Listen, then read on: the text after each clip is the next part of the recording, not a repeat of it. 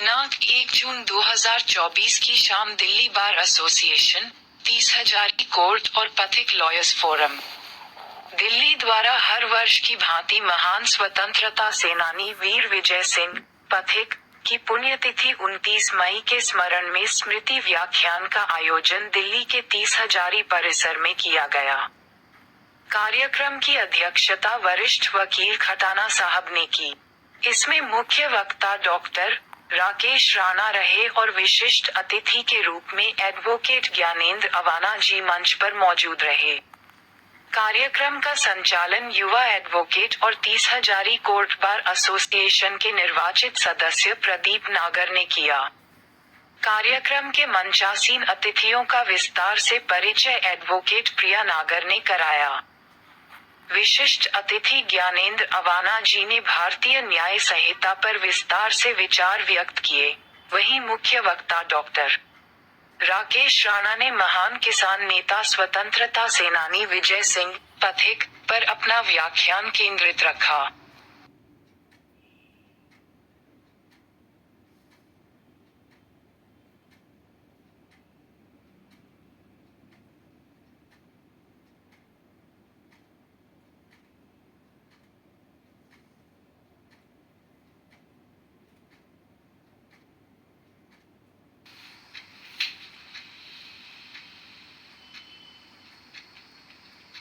Doctor Rakesh Rana ने कहा कि विजय सिंह, पथिक, भारतीय राजनीतिक परिदृश्य पर वह एकमात्र नेतृत्व है जिसने समाज के साथ मिलकर सफल सत्याग्रह की शैली ईजाद की। पथिक जी का जन्म होली के दूसरे दिन दुल्हेंडी 27 फरवरी 1884 को हुआ था। उनका मूल नाम भूप सिंह राठी था।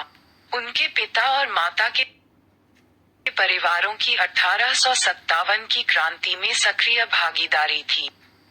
पथिक इंदौर में 1905 में प्रसिद्ध क्रांतिकारी देशभक्त शचीन्द्र सान्याल के संपर्क में आए। उन्होंने पथिक जी को रासबिहारी बोस से मिलवाया। क्रांतिकारियों के इस समूह में पथिक जी कई महत्वपूर्ण कार्यवाहियों का हिस्सा रहे। 1912 में जब अंग्रेजों ने दिल्ली को राजधानी बनाया तो क्रांतिकारियों ने उद्घाटन समारोह में वायसराय के जुलूस पर चांदनी चौक में बम फेंका।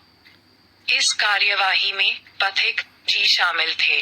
1914 में रासबिहारी बोस और शचीन्द्र सान्याल ने संपूर्ण भारत में एक साथ सशस्त्र क्रांति के लिए अभिनव भारत समिति नाम का संगठन बनाया। पथिक जी को इस काम के लिए राजस्थान का जिम्मा सौंपा गया।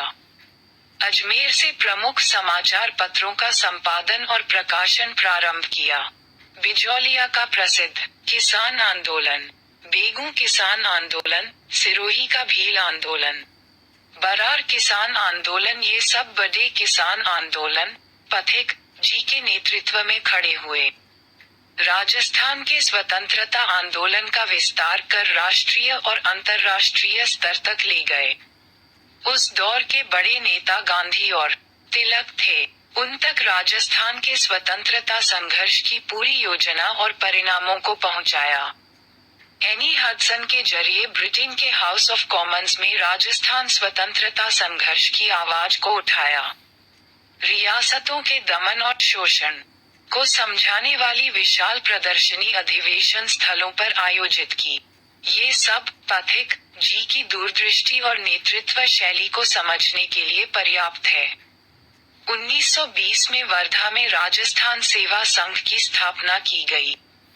इसके माध्यम से सत्याग्रह के प्रयोग शुरू किए।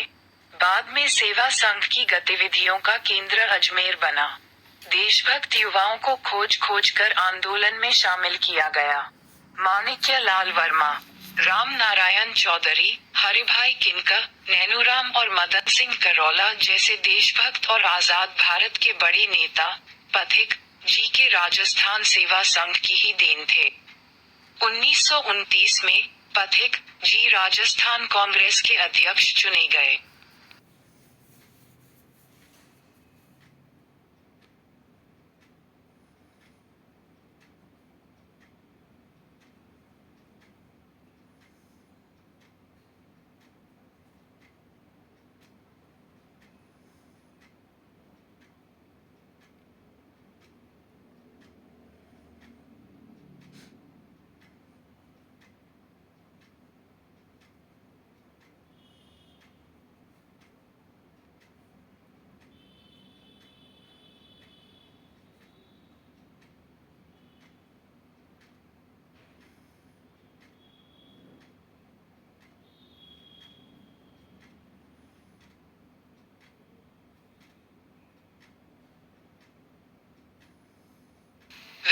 अतिथि ज्ञानेंद्र अवाना जी ने भारतीय न्याय संहिता में आपराधिक विधानों के 3 मुख्य परिवर्तित प्रावधानों पर विस्तार से अपनी बात कही।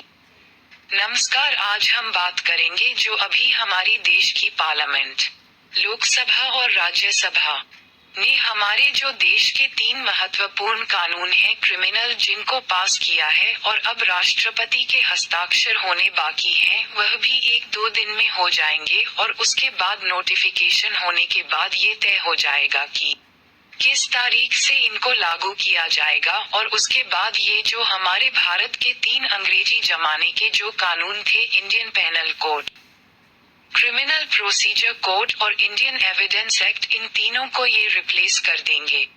तदुपरांत अतिथि महोदय ने इस परिवर्तन से उत्पन्न होने वाले प्रभाव का विवरण दिया और विस्तार से उसे प्रभावों और दुष्प्रभावों के साथ ही उत्पन्न होने वाली स्थितियों तथा उनसे पार पाने वाले तरीकों का विस्तार से वर्णन किया।